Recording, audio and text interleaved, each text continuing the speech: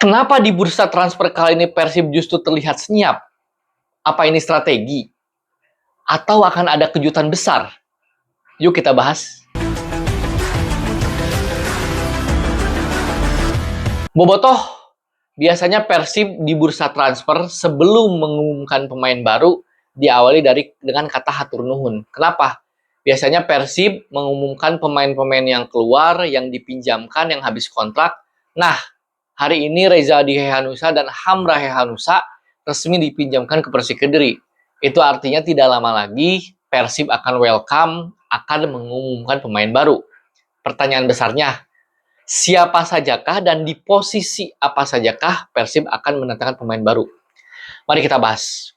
Ya memang rumor itu bisa saja ya, hanya sebatas rumor, banyak beredar di media sosial, atau dari orang-orang yang mungkin punya info A1, atau mungkin hanya sebatas hoax aja ya. Kemarin drama Martin Paes memang nggak ada habisnya ya, dimulai dengan kode-kode postingan dan lain-lain, tapi kan sebetulnya dari pihak Persib, dari pihak akun-akun yang kredibel tuh tidak pernah memastikan bahwa Paes akan bergabung. Itu kan hanya celetukan dari CEO Pak Adit aja kan. Dan sebetulnya dari konteks celetukan Pak CEO itu nggak ada kaitannya. Jadi sedari awal memang saya sebetulnya ya kurang kurang yakin aja gitu Paes akan gabung Persib, bukan karena gak mau, tapi memang kan dia masih punya kontrak, dia juga umurnya masih muda. Ya sebagai boboto sih saya pengen berharap Paes bisa gabung Persib, tapi memang kan tentu kita juga punya pikiran-pikiran realistis. Tapi sekali lagi, dalam sepak bola tidak ada yang tidak mungkin. Dan saya sih sebetulnya tidak terlalu berharap karena yang pertama memang Paes masih jadi pemain FC Dallas dan dia masih muda. Dan kita punya Teja Paku Alam yang meskipun dikritik karena build up-nya kurang rapi, tapi kan dia terbukti jadi kiper nomor 1 yang paling banyak clean sheet. Jadi sebetulnya kalaupun memang Paes tidak jadi, ya udah gitu, saya gak ngarep-ngarep banget. Tapi kabarnya juga Persib mengincar Sirus Margono yang juga memang dia naturalisasi juga. Nah, entahlah itu belum ada hilal mengenai kabarnya. Kemudian di posisi mana lagi yang penting menurut saya ya di gelandang ya. Seperti yang kita tahu, Joey Pelupesi sudah jauh-jauh hari negosiasi dengan Persib, dan kabarnya menurut info A1 juga dari media-media yang saya baca, dari entah itu di sosial media, entah itu di mana, memang kabarnya santer Joy ini akan gabung Persib. Tapi ya sekali lagi sebelum welcome itu ada, kita anggap ini masih rumor gitu loh.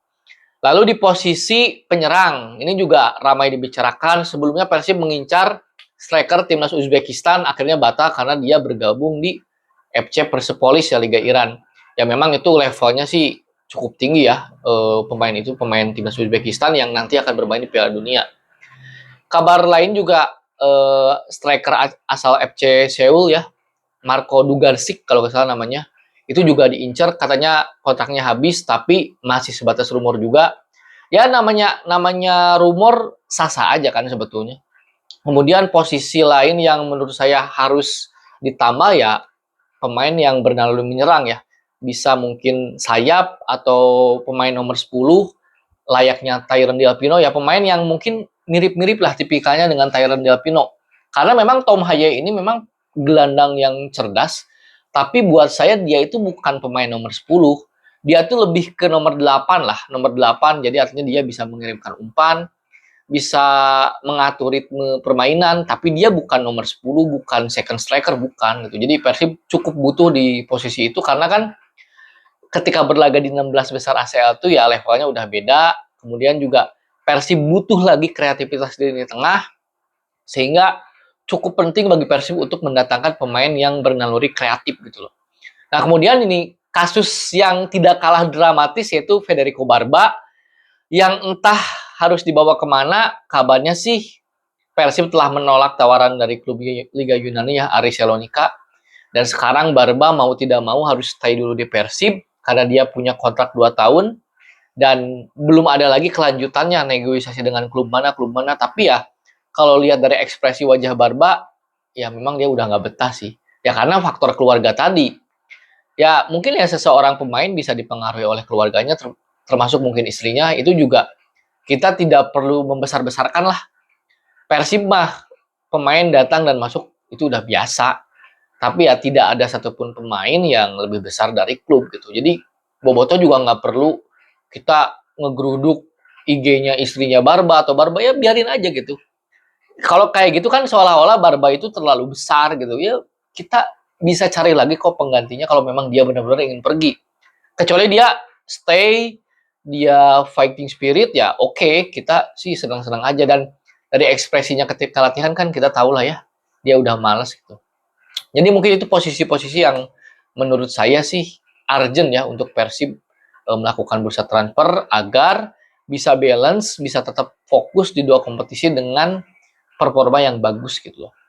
Mungkin sekian dulu perumoran kali ini. Nanti kalau misalkan ada update ya bikin konten lagi ya. Salam damai, no bullying, no ancam-mengancam, dan ya kita dukung aja tim kesayangan kita masing-masing ya. Salam olahraga.